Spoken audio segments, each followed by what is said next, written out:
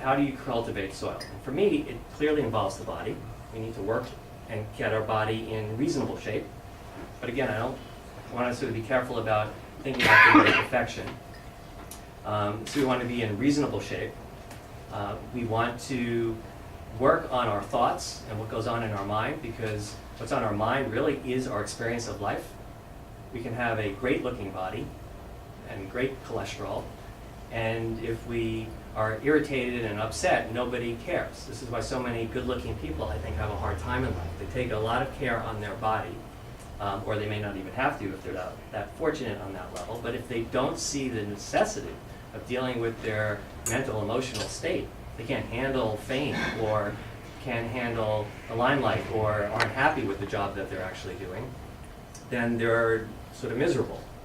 And it's not one or the other, it's sort of both. And then there's the part that has to be beyond ourselves.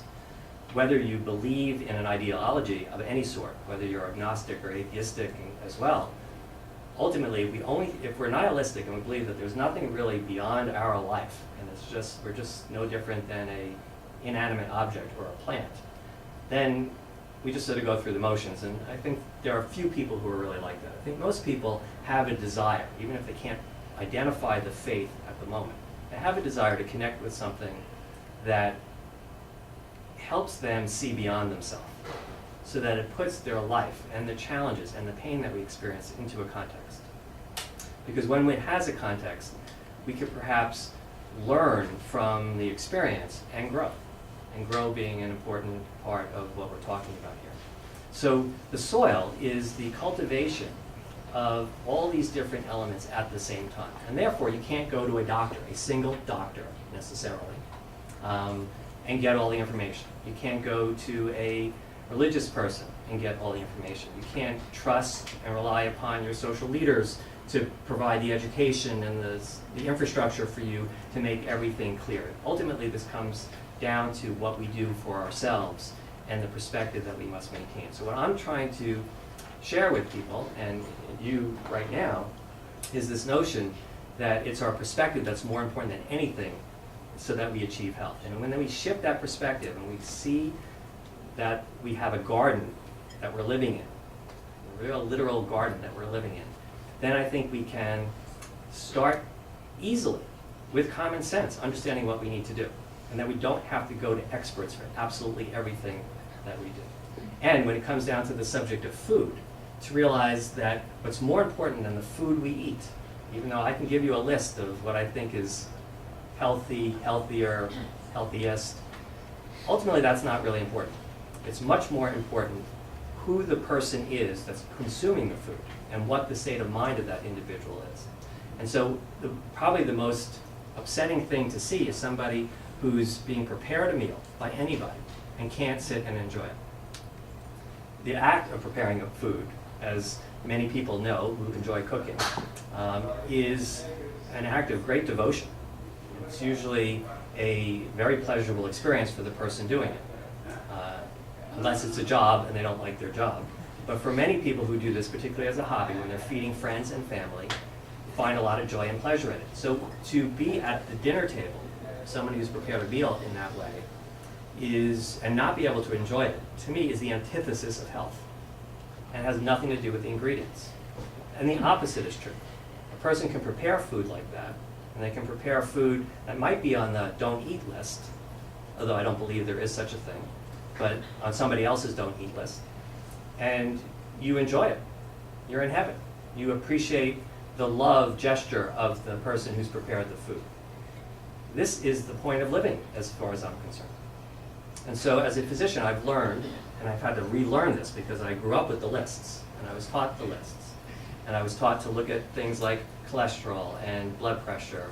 And while I think those are all very important guideposts, what's more of an important guidepost is how well do you sleep at night? Are you at rest? Did you enjoy your day? Are you looking forward to tomorrow? And when those two things that sort of bookend the evening of sleep are positive experiences, you're doing very well. And it really doesn't matter what your cholesterol is.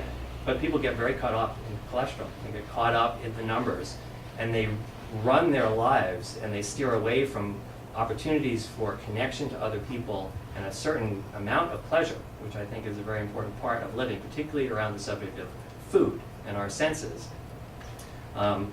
Denial is about the worst thing, and self-denial is about the worst thing one can do for themselves if it's too extensive. We need to have some discipline. We need to be in some state of moderation. It's absolutely true. But absolute denial, guilt, the phrase guilty pleasure, these sorts of things imply from our culture that we are being taught and led to fear living. And I think that these are the perspectives that I think are very important. So when you go back to thinking about your health now and the common sense, well, the first thing you should do is enjoy what you're eating. Forget the list. You can enjoy what you're eating, as Michael Pollan says, better if you are mindful of what you're eating. If you know where it comes from and it's being very well selected and well prepared, then with that information you can really enjoy it more thoroughly.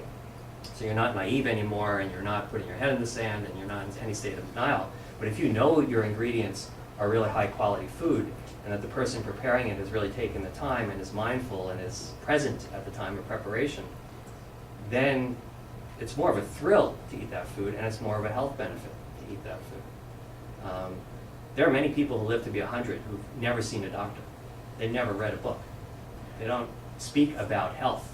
The American paradox, there's the French paradox. The American paradox is that we're a culture that's so fixated on health, and we do all these things about health.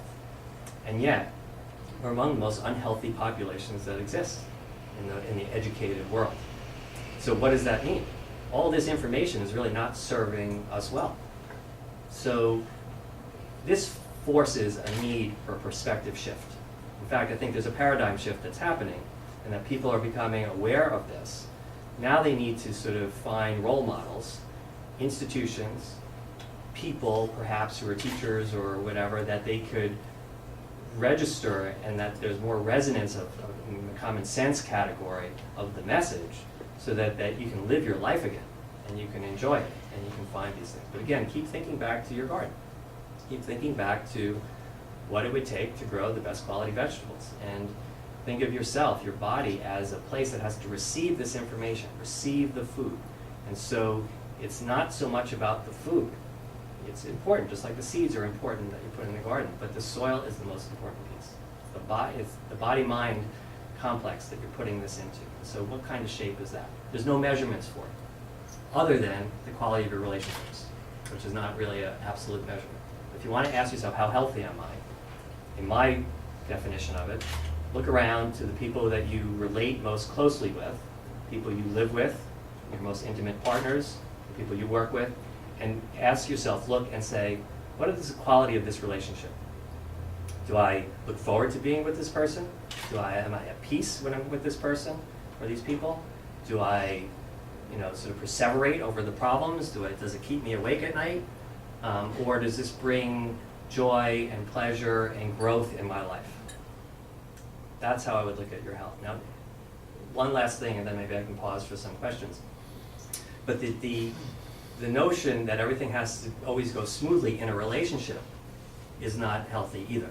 So there's no such thing as a perfect relationship, in the sense that there's no arguments or discord or times of discomfort. The fact is that pain, especially the pain that we experience because other people challenge us, is how we grow.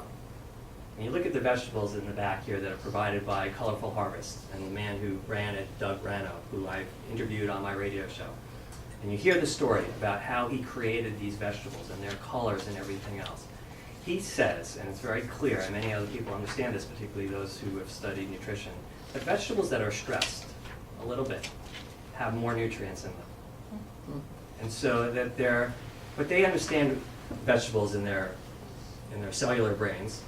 What they understand is that when they're stressed, they better pull as much as they can out of the resources around them. So, because their whole goal in life is to reproduce, just like everyone's basic intention is to reproduce, at least get that far. Humans have this other dimension of being important and leaving a legacy, but reproduction is sort of the sine qua non of all life and all organisms. And so a plant doesn't have any more part to develop in their life. They just need to reproduce as their main goal. Well, if they're stressed, say the wind is blowing really hard or it's very rainy, they realize this could be their last year on the planet. They don't know that there's 100 other carrots in the field. They just think of itself as, I'm a carrot. And I've got this hurricane coming and it might pull me out of the ground. I better be as tasty as possible for the animals that are going to eat me. Because that's the only way my seeds will get regenerated. This is what vegetables do. I'm telling you, this is what happens. And so they're more nutrient dense. Vegetables that are grown in perfect condition, what we think of as perfect, and they may look great, and they may be big, and they may whatever, but nutritionally speaking, when assayed, are not quite as nutritious. So the prettiest vegetables often are not the healthiest. Color in a vegetable is a sign of a certain amount of its properties, of its antioxidants in particular, that are a sign of its nutrient. And the variety of color that you see in the back of the room here is a reflection of what healthy living looks like.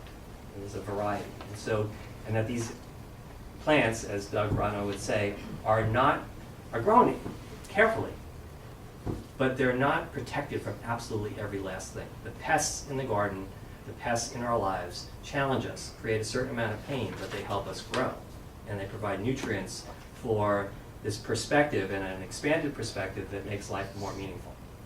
So that's how I would end this subject, which I think is, about trying to relate how we live and the quality of our lives with this interest that we have in being healthy, but to understand that it really comes down to how we are living, not what.